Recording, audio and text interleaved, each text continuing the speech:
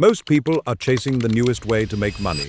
AI tools, online stores, side hustles, digital products, crypto, courses, apps. Every year, there is a new trend, a new platform, a new shortcut, a new promise that this is the thing that will finally make people money. But before all of that, people made money with something much simpler, useful skills.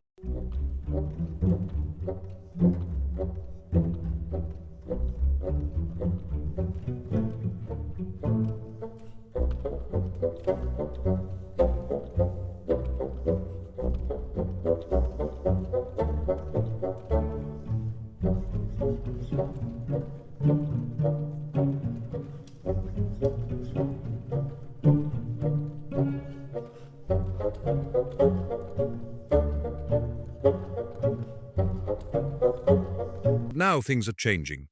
Prices are rising. Cheap products break faster. People are becoming more interested in handmade goods, local services, sustainable living, and practical knowledge. And because fewer people know how to do these old skills today, the people who do know them can stand out quickly. Some of these skills can become a local side hustle. Some can turn into products. Some can save you money before they ever make you money. And a few are more valuable than most people realize. The exact numbers changed from town to town, and they still change today depending on location, quality, and demand. But the pattern has always been the same. People pay for useful work. Here are 20 forgotten skills that could still make you money today. Number 1. Knife sharpening. Knife sharpening used to be a normal neighborhood service. Before cheap replacement tools became common, people did not throw away a blade just because it became dull. They sharpened it. Butchers needed sharp knives. Barbers needed sharp razors. Gardeners needed sharp shears. Families needed kitchen knives that actually worked. In older towns, a sharpener might walk through neighborhoods or work from a small shop, sharpening knives, scissors, razors, axes, and farm tools. It was not rich person money, it was practical working money, small payments, repeated again and again, and that is what made it powerful. Today, most people have dull knives at home and don't even realize how bad they are. They press harder, cut slower, crush tomatoes instead of slicing them, and eventually buy another cheap knife because they think the old one is finished. But in many cases, the knife is not finished. It is just dull. A modern knife sharpening service might charge around $5 to $15 per knife, depending on the blade and the area. That may not sound huge, but a restaurant with 20 or 30 knives can quickly become a $100 job. Add scissors, garden tools, barber tools, or butcher knives, and one afternoon can turn into real money. And this is more valuable than people think because dull tools always come back. A restaurant does not need sharp knives once. They need them constantly. A gardener does not need sharp shears once. A barber does not need clean, sharp tools once. The old business was simple. The modern version is just as simple. Find dull tools, make them useful again, get paid. Number 2, shoe repair. Shoe repair was once essential. Before cheap mass-produced shoes became normal, people repaired footwear because shoes were expensive, personal, and expected to last. A good cobbler could replace soles, fix heels, repair stitching, polish leather, stretch tight shoes, and make old boots wearable again. Around the early 1900s, historical wage guides show shoemakers earning roughly a few dollars per day, with one example around $2.40 per day. That sounds tiny now, but at the time it represented skilled working-class income. And the reason people paid was obvious. Shoes mattered. Today, the same logic is coming back. Good shoes and boots are expensive. Leather dress shoes, hiking boots, work boots, riding boots, and designer sneakers can cost enough that repairing them makes far more sense than replacing them. A modern shoe repairer might charge $10 or $20 for cleaning and polishing, $40 to $100 or more for sole repair, heel repair, leather restoration, or boot work. Wage data still tracks shoe and leather repair as a real occupation, but the best opportunities may be in self-employed local repair, especially if you can serve people with expensive footwear. Most people see worn shoes, a good repairer sees another year of use, and sometimes more than that. People get attached to shoes that fit perfectly, work boots that survived years, leather pieces that have aged with them, shoes that are difficult to replace. When you repair something like that, you are not just fixing footwear, you are saving something people still want to keep. Number 3. Furniture restoration. Furniture restoration is one of the clearest examples of forgotten wealth. For centuries, furniture was not disposable. A table, cabinet, desk, or chair could stay in a family for decades. People repaired it, refinished it, reupholstered it, and passed it down. Old furniture was often made with real wood, strong joints, and better materials than many modern flat-pack pieces. But today, people see scratches, stains, broken handles, ugly paint, loose legs, or an outdated finish and think it is junk. Furniture restoration turns that junk into something valuable again. Historically, cabinet makers and furniture craftsmen were skilled tradesmen. They were not just assembling pieces, they were shaping wood, fitting joints, repairing damage, and making things that could last. The pay depended heavily on city, skill, and period, but skilled woodworkers and carpenters were established trades. Around 1900, historical sources list carpenters at about $750 per year, in one example, which was meaningful skilled trade income for that time. Today, the numbers can be even more interesting because of resale. An old dresser bought for $25 or $50 can sometimes be resold for $150, $250, or more after restoration. A solid wood table found cheaply online can become a profitable piece if it is repaired, refinished, staged, and photographed well. This skill is part craft, part business eye. You need to see what something could become before anyone else does. People like furniture with character, but they do not always want to do the work themselves. If you can do the work, you create the value. Number 4, sewing and clothing alterations. Sewing used to be normal household knowledge. Not long ago, many families had someone who could sew. A button came off, they fixed it. Pants were too long, they hemmed them. A jacket ripped, they repaired it. A dress was too loose, they adjusted it. Clothes were not treated as disposable in the same way. Historically, tailoring and sewing were major trades. Tailors worked with suits, coats, uniforms, dresses, and everyday clothing. Seamstresses and dressmakers often earned modest wages, but the work was steady because everyone needed clothes repaired or fitted. Today, plenty of people can't do even basic clothing repair. That creates demand. People need pants shortened, zippers replaced, dresses adjusted, jackets repaired, curtains resized, uniforms fixed, sleeves shortened, and suits fitted. Modern wage data still tracks tailors, dressmakers, and custom sewers with median hourly wages around the high teens in recent data. But a self-employed alteration service can charge by the job. Hemming pants might bring in $10 to $25. Replacing a zipper could be $20 to $50. Dress adjustments, suit alterations, or urgent event repairs can be worth much more, and event pressure matters. Weddings, graduations, job interviews, school uniforms, work uniforms, religious clothing, formal events. When people need clothes to fit correctly by a specific date, they pay for reliability. That is where this forgotten skill still makes money, not because it is flashy, because it is necessary. Number 5, leatherworking. Leatherworking is one of the oldest money-making crafts. Long before plastic and synthetic materials, leather was used for belts, boots, bags, saddles, straps, pouches, tool holders, armor, book covers, and everyday goods. A leatherworker could serve farmers, travelers, soldiers, craftsmen, horse owners, and households. Historically, the work was practical. People paid because leather goods were important, durable, and repairable. A good leather worker could keep essential items alive for years. Today, leatherworking still feels premium. Belts, wallets, bags, straps, knife sheaths, watch bands, tool rolls, dog collars, aprons, notebook covers, and keychains can all be made or repaired by hand. A simple handmade keychain might sell for $10 or $15. A card holder might sell for $25 to $50. A handmade belt, knife sheath, watch strap, or custom wallet can sell for much more, especially if it is personalized. The reason this skill still works is identity. Barbers like leather tool rolls. Chefs may like knife rolls. Bikers buy leather accessories. Craftsmen need durable aprons. Watch collectors buy custom straps. Hunters may want sheaths and pouches. Dog owners buy collars and leads. A basic leather item is a product. A personalized leather item is a gift. And gifts are much easier to sell at a higher price when they feel thoughtful, durable, and handmade. Number 6, canning and food preservation. Before supermarkets and freezers, food preservation was survival. People canned vegetables, made jam, pickled cucumbers, dried fruit, fermented cabbage, salted meat, smoked fish, stored roots, and preserved seasonal harvests for winter. This was not a hobby, it was how families got through hard months. Historically, this skill often saved money more than it earned money. But saving money was income in another form. A family that preserved food wasted less, bought less, and survived longer when prices rose or harvests failed. Today, preservation has become valuable again because people want local food, fewer additives, homemade products, and old-fashioned flavors. Depending on local food laws, jars of jam, pickles, sauces, dried herbs, fermented foods, chutneys, and preserved fruit might sell for $6 to $12 each. gift boxes and seasonal bundles can sell for more. But there is another angle that may be even better: teaching. Many people want to learn canning and fermentation, but they are nervous about doing it wrong. They don't know the equipment,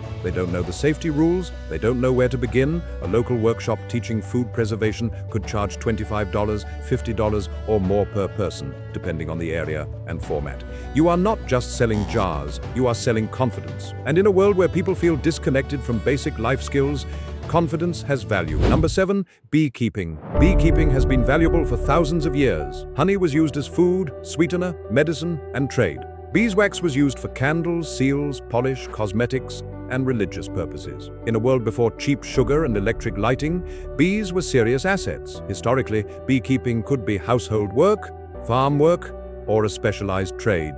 It did not always make someone rich, but it produced goods people wanted and could store. Today, beekeeping still has multiple income streams. Honey is the obvious one, but beeswax can become candles, lip balm, soap, skincare products, wood polish, and wax wraps. Some beekeepers also offer pollination services to gardeners, orchards, and small farms. A jar of local honey often sells for more than supermarket honey because people trust the source. Add branding, seasonal packaging, gift sets, and beeswax products, and the value goes beyond honey alone. This skill takes time, equipment, and learning. You can't fake it. Bees require care, patience, and respect. But once you understand it, beekeeping can become more than a hobby. It can become a small local brand. Honey, candles, soaps, market stalls, local stores, seasonal products, and educational content can all come from the same core skill. That is why this old skill still belongs on the list. Number 8. Soap making. Soap making used to be a practical household or local trade. Before factory soap became common, people made soap from fats, oils, ash, lye, herbs, and scents. It was not always pretty, but it was necessary. Cleanliness mattered. Laundry mattered. Hygiene mattered. Historically, soap makers earned money by producing something every household needed. It was a repeat product long before modern subscription brands existed. Today, factory soap is everywhere, but handmade soap has become popular again. Why? Because people like natural ingredients, unique scents, better packaging, and products that feel personal. A basic handmade soap bar might sell for $5 to $10, but gift boxes, shaving kits, beard soaps, seasonal collections, or premium natural soap sets can sell for much more. Lavender and oatmeal, charcoal and cedar wood, honey soap, goat milk soap, old world apothecary style. The actual skill matters, but branding matters just as much. A plain bar of soap is just soap. A well-packaged handmade bar with a story becomes a gift. This is where many old skills become modern businesses. The skill is old, the presentation is new. Number 9. Candle making. Candles used to be essential. Before electric lighting, candles were not decoration. They were light. People needed them for homes, churches, shops, travel, and work after dark. Candle makers worked with tallow, beeswax, molds, wicks, and careful timing. Historically, candles were practical goods. A candle maker was producing something people used regularly. It was not a luxury brand. It was everyday necessity. Today, candle making has changed. People no longer need candles to see at night. They buy them for atmosphere, scent, relaxation, decoration, and gifts. That means candle making moved from survival product to lifestyle product. The raw cost of a candle might be only a few dollars, but a well-branded candle can sell for $15, $25, or even more. And the money is in the theme. A candle called Old Workshop, or Grandfather's Study, or Market Street feels more interesting than a plain vanilla candle. You are not just selling wax, you are selling mood. People buy candles for a feeling. Cozy, clean, masculine, romantic, nostalgic, seasonal, calm. And emotion is what turns a simple object into something people are willing to pay more for. Number 10. Growing food. Growing food used to be ordinary life. Before modern supermarkets, families grew herbs, vegetables, fruit, and staple crops because food security depended on it. Gardens, small farms, orchards, and backyard plots were not lifestyle choices. They were practical survival systems. Historically, farming and gardening were not always high-income work, but they created value every day. A family that grew food needed to buy less.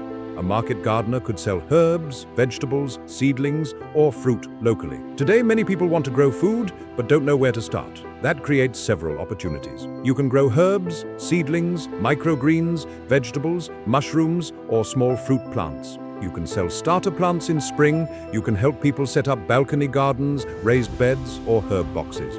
A small herb plant might sell for a few dollars. A tray of microgreens can sell to health-conscious customers, local buyers, or small restaurants. A simple raised bed setup could become a $100 or $200 service, depending on materials and labor. This one is more valuable than people think because it does not always require a farm. Some food-growing businesses start in a garage, a spare room, a balcony, or a small backyard. Many people like the idea of growing food, but they get overwhelmed. If you can make the process simple, you are not just selling plants. You are selling a successful first experience. Number 11. Small engine repair. Small engine repair is a newer old skill.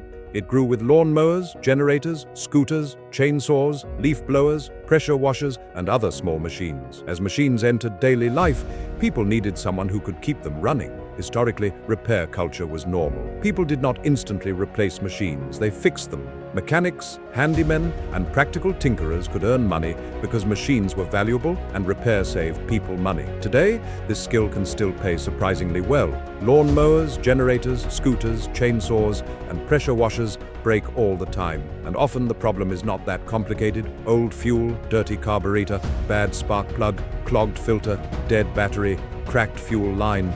But most people don't know that. They assume the machine is finished and start looking for a new one. A basic mower repair might be worth $40 to $100. A generator, scooter, chainsaw, or pressure washer repair can be worth more. And if you buy a broken machine for $20, fix it, clean it, and sell it for $100 or $150. The profit comes from knowing what others do not. Timing matters too. Before summer, people need lawn mowers. Before storms, they need generators. Before winter, they need snow blowers.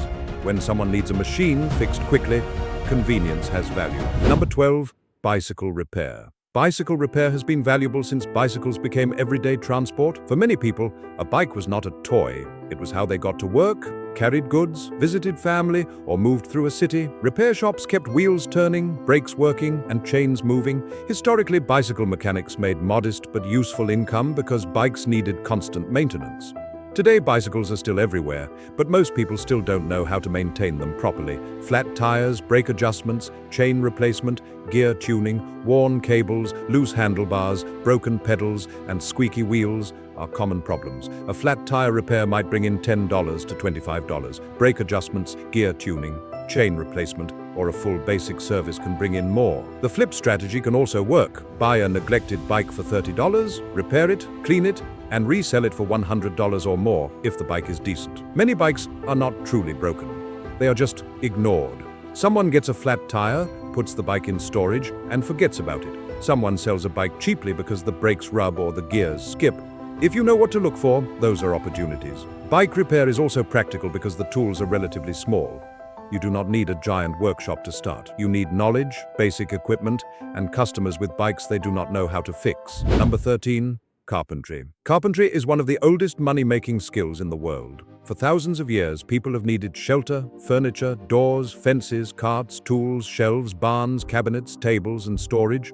Wood was one of the most important materials in everyday life. Historically, carpenters were core workers in any growing town. Around 1900, one historical wage example lists carpenters at around $750 per year. Modernly, carpenters remain a recognized skilled trade, with recent median annual pay in the US around $59,000. But you do not need to build houses to make money from carpentry. Small jobs can still pay. Custom shelves, garden planters, wooden signs, workbenches, storage boxes, outdoor furniture, simple repairs, made-to-measure pieces for awkward spaces. Small carpentry jobs can pay better than people think. A custom shelf, garden planter, storage box, or small repair might be worth $50 to $200 depending on the job. Larger custom pieces can go higher. The value comes from fit. Stores sell standard sizes. A carpenter can make something fit the actual space. A small laundry room shelf, a custom desk for an awkward corner, a garden bench for a narrow balcony, a storage box that doubles as seating. These are not massive construction jobs, but they solve specific problems, and specific problems are often easier to sell because the customer already knows what annoys them. Number 14, upholstery. Upholstery is the skill of bringing old furniture back to life with new fabric, padding, springs, and structure. Historically, upholstered furniture was valuable. Chairs, benches, sofas, and carriage interiors were repaired instead of thrown away. A skilled upholsterer could serve households, hotels, theaters, shops, and anyone who owned furniture worth keeping. Today, many people throw away chairs and sofas because the fabric looks old, even when the frame is still strong. That is where the opportunity begins. Dining chair upholstery can be a good starting point. A simple chair seat might be worth $25 to $75 in labor, depending on the area and fabric. Larger chairs, benches, and armchairs can become much more valuable. A tired dining chair can become modern again. An old armchair can become a statement piece. A bench can match a restaurant or boutique perfectly. This skill takes time to learn, but it can be profitable because the transformation is dramatic. There is also a strong visual advantage.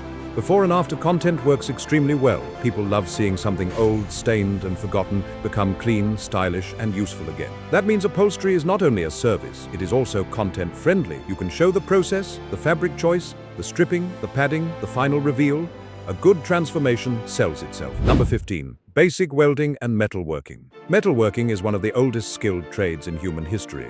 Blacksmiths, metalworkers, and later welders made tools, gates, hinges, wheels, railings, weapons, farm equipment, and machinery parts. In older communities, the person who could shape or repair metal was extremely useful. Historically, this kind of work was valuable because metal tools and equipment were expensive. Repairing them saved money and kept people working. Today, even basic welding can still make you useful. People need gates repaired, brackets made, trailers fixed, furniture frames welded, railings repaired, garden structures built, and custom metal pieces created. Modern wage data shows welding is still a real trade, with recent median annual pay around $51,000 in the US. But even as a side hustle, small welding jobs can be worth real money. A gate repair, bracket, railing fix, trailer repair, or custom metal frame might bring in $50, $100, or several $100s depending on the job. This is not a skill to treat casually. Safety and proper training matter. But once you can weld cleanly and reliably, you have a skill most people around you do not have. And that is where the value comes from. Many people can buy tools, far fewer can use them well. Number 16. Clock and watch repair. Clock and watch repair is one of the more specialized forgotten skills. Before phones told everyone the time, mechanical clocks and watches were essential. Homes had clocks, shops had clocks, churches had clocks, workers carried pocket watches. Timekeeping mattered for trade, travel, work, and daily life. Historically, clockmakers and watchmakers were precision craftsmen. Their income varied greatly depending on whether they made, sold, or repaired timepieces. But the skill required patience, fine motor control, and trust. Today, this is not a quick side hustle, but that is exactly why it can be valuable. Mechanical watches, vintage clocks, pocket watches, and inherited timepieces need careful repair and maintenance. People often own old clocks from grandparents or watches that carry sentimental value. They don't want to throw them away. They want someone who can bring them back. A simple battery change is one thing, but mechanical cleaning, vintage clock repair, and restoring inherited timepieces can be worth far more. Customers are not only paying for repair, they are paying for trust. Some skills are valuable because everyone needs them. Others are valuable because almost nobody can do them anymore. Clock and watch repair sits in that second category. Number 17, bookbinding and paper repair. Books used to be repaired instead of thrown away.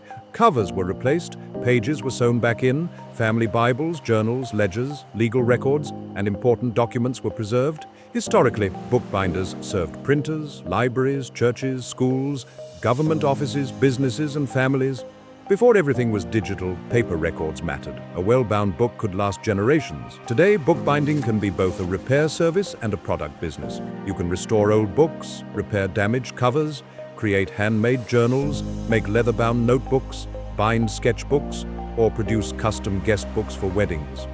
Handmade journals might sell for $25 to $80 depending on materials. Leather-bound books, custom sketchbooks, wedding guest books, or restored family books can be worth more. This skill works well when the product feels personal.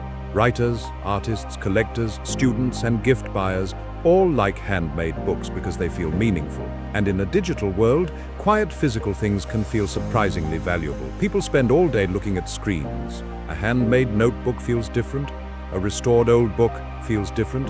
A personal journal bound by hand feels different. That difference is where the value lives. Number 18, sign painting.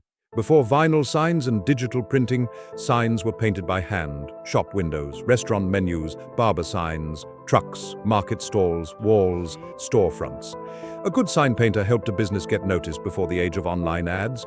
Historically, sign painting was a commercial art trade. It combined lettering, design, layout, brush control, and business sense.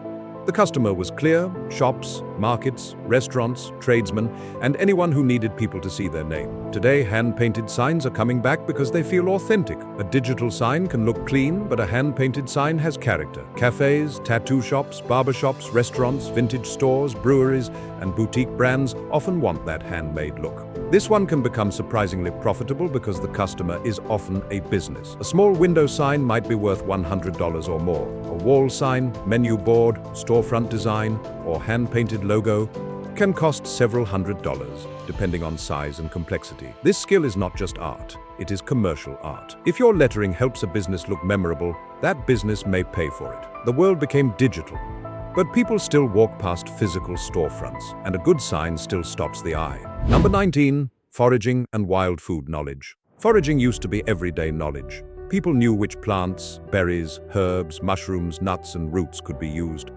They understood seasons, local land, edible plants, medicinal herbs, and dangerous lookalikes. Historically, foraging often saved money more than it earned money, but in hard times, that knowledge mattered. It helped families stretch food supplies, use local resources, and survive when money was scarce. Today, most people have lost that connection completely. This skill must be handled carefully because mistakes can be dangerous, especially with mushrooms and wild plants. But with proper education, foraging knowledge can become valuable. The money is often in education, not just the food itself. A guided foraging walk could charge $20, $40, or more per person, depending on the area and experience. Workshops, online guides, seasonal classes, and restaurant partnerships can turn rare knowledge into income, as long as safety and legality are taken seriously. This skill has a strong curiosity factor. People walk past useful plants every day without knowing it. They see weeds, bushes, trees, and forest floors. A trained forager sees food, materials, medicine, and history. You are not only teaching people what to eat, you are showing them that the world around them is less empty than they thought. Number 20, bartering and local trading. This is not a craft like sewing or carpentry, but it might be one of the most forgotten money skills. Before everything became app-based and cash-based, people traded value directly. A mechanic fixed a tool in exchange for food, a seamstress repaired clothes in exchange for help, a farmer traded produce for labor, a craftsman swapped skills for materials. Historically, barter was not just a backup system. In many communities, it was part of everyday survival. People without much cash could still exchange value. Skills mattered because skills could be traded. Today, bartering still works if you understand value. You might repair someone's bike in exchange for tools, restore furniture in exchange for wood, trade video editing for equipment, offer a useful skill in exchange for something you would otherwise have to buy. Bartering may not always put $100 in your hand, but it can keep $100 in your pocket, and that matters. If you trade a bike repair for tools, a furniture restoration for materials, or a few hours of work for equipment, you are still gaining value. Sometimes the first profit is not money earned. It is money you did not have to spend. This is more powerful than it looks, because if you can trade, you can start with less money. You can get materials, tools, help, space, equipment, or services without paying full price upfront. Bartering is not only about saving money, it is about building a local network of value. And networks often turn into opportunities. That is the deeper lesson behind all of these forgotten skills. The old world didn't run only on money. It ran on usefulness. People paid for solved problems: a sharp knife, a fixed pair of boots, a repaired chair, a working mower, a custom shelf, a restored watch, a jar of preserved food, a hand-painted sign that made a business look real, and those problems still exist. The numbers do not always need to be huge: $10 for sharpening, $25 for an alteration, $50 for a repair, $100 for a restored item, several hundred for custom work. That is how practical skills can build income slowly. Not through hype, not through shortcuts, but through usefulness, repeated over and over again. While everyone else is chasing the newest trend, the next platform, the next algorithm, or the next online shortcut, some of the most useful money-making skills are sitting in the past, quietly waiting, not because they are outdated, but because most people forgot how to do them. And in a world where everyone wants convenience, the person who still knows how to repair, restore, grow, build, sharpen, trade, and make things useful again may have something far more valuable than a trend. They have a skill people actually need. And that may be the real forgotten wealth, not just money sitting in a bank account, but the ability to create value when other people can't. The ability to fix what others throw away, to see opportunity in old tools, old furniture, old knowledge, and forgotten trades. Because trends come and go, platforms change, algorithms shift, but useful skills have always had value, and they probably always will.